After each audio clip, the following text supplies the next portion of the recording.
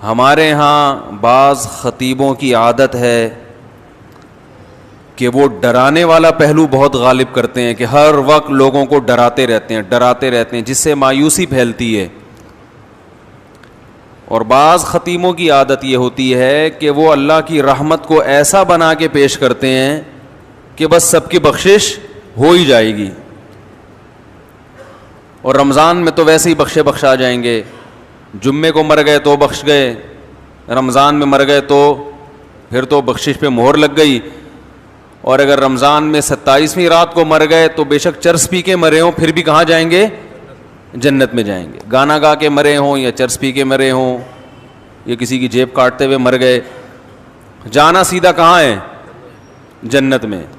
یہ بھی غلط ہے. اس میں جو اعتدال کی بات ہے وہ وہی بات ہے جو اللہ نے بتائی ہے. قل لعبادی، اے نبی میرے بندوں سے کہہ دیجئے، انی انا الغفور الرحیم، کہ میں غفور بھی ہوں اور رحیم بھی. وَأَنَّ عَذَابِي، لیکن یہ بھی بتا دیں کہ میرا جو عذاب ہے هُوَ الْعَذَابُ الْأَلِيمُ، وہ دردناک عذاب ہے. اس میں اللہ نے ہمیں بتا دیا کہ اللہ کے بارے میں تمہارا کیا کانسیپٹ ہونا چاہیے، یہ اللہ نے خود بتا دیا. اب دیکھیے قرآن کی بلاغت ہے کہ اللہ اپنے بارے میں جو بتانا چاہتے ہیں نا، اس کے بارے میں اللہ نے جو الفاظ استعمال کیے ہیں وہ بڑے عجیب ہیں.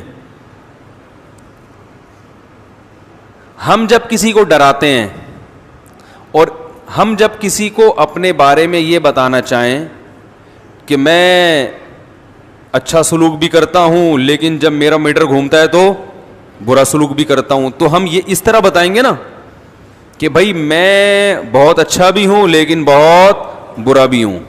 یہ کہیں گے نا ہم، بھائی میں بہت نرم دل بھی ہوں لیکن سخت دل بھی ہوں.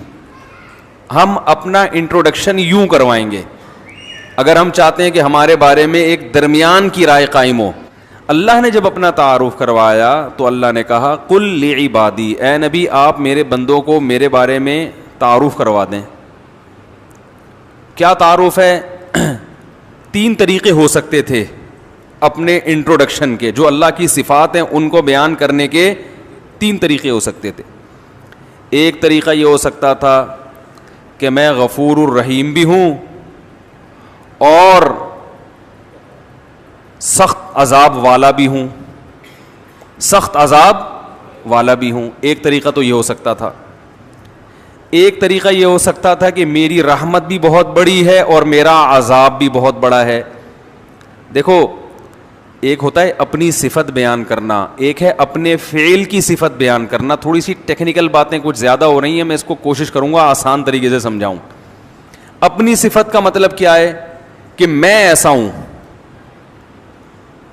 اور اپنے عمل کی صفت کا کیا مطلب میرا عذاب ایسا ہے، میں جیسا مرضی ہوں چھوڑو اس کو، میرا عذاب کیا ہے ایسا خطرناک. دوسرا رحمت کو یوں بھی بیان کیا جا سکتا ہے میں رحیم ہوں. اور ایک طریقہ یہ کہ اپنی صفت نہیں بلکہ میری رحمت ایسی ہے.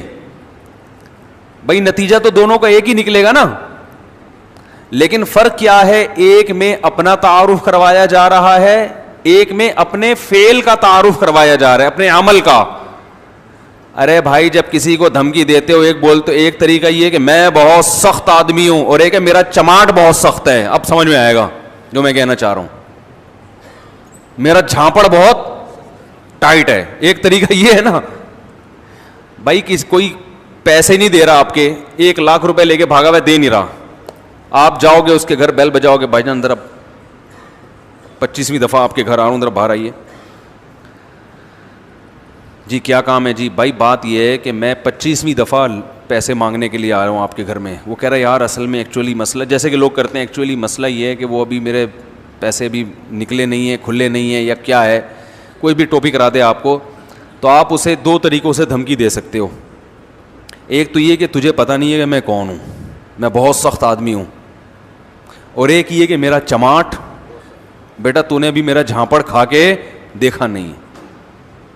یہ دھمکی دینے کے دو طریقے ہو گئے, ایک اپنی صفت کو بیان کیا جا رہا ہے کہ میں ایسا ہوں, اور ایک اپنے عمل کو کہ میرا چماٹ ہے بھائی وہ ایسا ہے. تو اللہ تعالیٰ نے جب رحمت کا تذکرہ آیا تو یہ نہیں فرمایا میری رحمت بہت بڑی ہے, اگر دوسرے مقام پر تو فرمائے میری رحمت بہت بڑی ہے, لیکن یہاں دونوں کا جب ایک ساتھ دونوں صفت کو جب ہائی لائٹ کیا جا رہا ہے اکٹھا, دو متضاد صفات کو, تو رحمت کو اپنی صفت بنا کے پیش کیا, عذاب کو اپنی صفت بنا کے پیش نہیں کیا. کہا قل لعبادی, میرے بندوں سے کہہ دیں, انی انا الغفور, میں مغفرت کرنے والا بھی ہوں اور رحم کرنے والا بھی ہوں, یہ میں والا ہوں, لیکن عذاب والا نہ ان عذابی, میرا جھانپڑ بھی بہت سخت ہے, میرا عذاب بھی بہت کیا ہے, سخت ہے. اس سے پتا چل گیا کہ میں عذاب والا نہیں ہوں.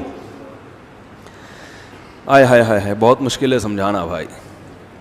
میں عذاب والا نہیں ہوں, لیکن کبھی کبھار جب عذاب دیتا ہوں تو پھر ہلکا جھانپڑ بھی لگا دیتا ہوں میں کبھی کبھار, پھر وہ جھانپڑ بہت سخت ہوتا ہے, وہ مکہ بہت سخت ہوتا ہے, وہ عذاب کا کوڑا بہت سخت ہوتا ہے. اس میں اللہ نے اپنا انٹروڈکشن کروایا, ان تین طبقوں کو غلط قرار دے دیا اس میں اللہ نے. وہ طبقے جو ہر وقت اللہ کی رحمت ہی کو بیان کرتے ہیں اور لوگوں کو یعنی بے خوف کر دیتے ہیں کہ بس سب کی مغفرت ہونی ہے, رمضان میں مر گئے چرس پی کے مر جاؤ, کچھ بھی کر کے مر جاؤ, یتیم کا مال کھا لو, بہنے کی وراثت دبا کے بیٹھے ہوئے ہو, حج پہ کر جاؤ گے سب معاف ہو جائے گا, اور جناب مہر کھا گئے, اور جناب وہ ابا سے بھی تمیز سے بات نہیں کر رہا, اماں سے بھی تمیز سے گانے بھی گا رہے ہیں, اور پتہ نہیں کیا کیا ہو رہا ہے. بس اللہ بڑا غفور رحیم ہے, یہ تسبیح پڑھ لو وہ تسبیح پڑھ لو اور اللہ تو معاف کر دے گا, سب کچھ معاف کر دے گا, بس حقوق العباد معاف نہیں کرے گا. بعض لوگوں نے یہ کہا کہ کیوں بھائی حقوق العباد, حقوق اللہ بھی اللہ نے کہا کہ میں معاف نہیں کروں گا جب تک پکی توبہ نہیں ہوگی اور آئندہ نہ کرنے کا عزم نہیں ہوگا. ہاں حقوق العباد میں یہ ہے کہ صرف اللہ سے توبہ ضروری نہیں ہے, مخلوق سے معافی بھی ضروری, لیکن دونوں کا مسئلہ برابر ہے. حقوق اللہ بھی معاف نہیں ہوتے جب تک پکی توبہ نہ ہو.